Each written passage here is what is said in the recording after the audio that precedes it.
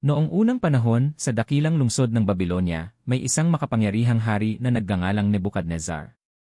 Siya ang pinakamakapangyarihang pinuno ng kanyang panahon, kilala sa kanyang mga magagarang palasyo, matatayog na pader, at ang tanyag na Hanging Gardens of Babylon, isa sa 7 kababalaghan ng sinaunang mundo. Isang gabi, nagkaroon ng kakaiba at nakakabagabag na panaginip si Haring Nebukadnezar. Nakakita siya ng isang higanteng puno na umaabot sa langit, nagbibigay ng silungan at pagkain sa lahat ng nilalang. Ngunit bigla, isang banal na mensahero mula sa langit ang bumaba at iniutos na putulin ang puno, na iiwan lamang ang tuod at mga ugat. Lubhang nabahala ang hari sa panaginip na ito at tinawag ang lahat ng kanyang matatalinong tao upang ipaliwanag ito, ngunit wala ni isa ang makapagbigay ng kahulugan. Sa wakas, si Daniel, isang matalinong tao mula sa mga Hebreong bihag, ay dinala sa harap ng hari. Pinakinggan ni Daniel ang panaginip ng hari at, sa tulong ng Diyos, ipinaliwanag ang kahulugan nito. Sinabi niya sa hari na ang malaking puno ay kumakatawan kay Nebukadnezar mismo.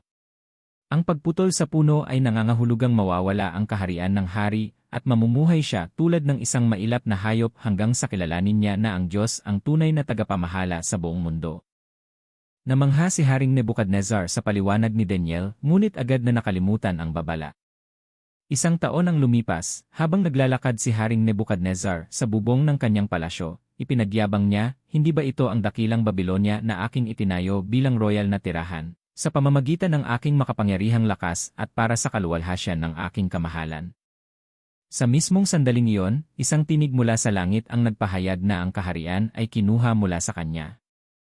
Si Nebukadnezar ay pinalayas mula sa mga tao at namuhay tulad ng isang hayop, kumakain ng damo at nababasa ng hamog ng langit.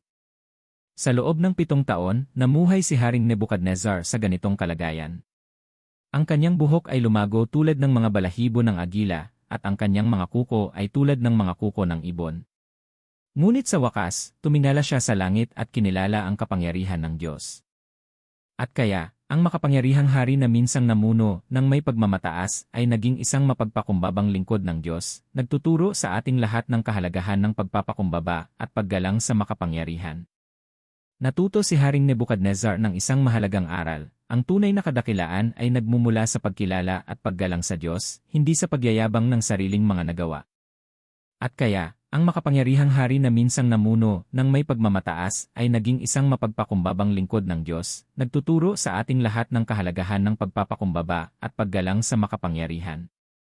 Kung nagustuhan mo ang video natin ngayon ay paki-like, share and comment naman kaibigan.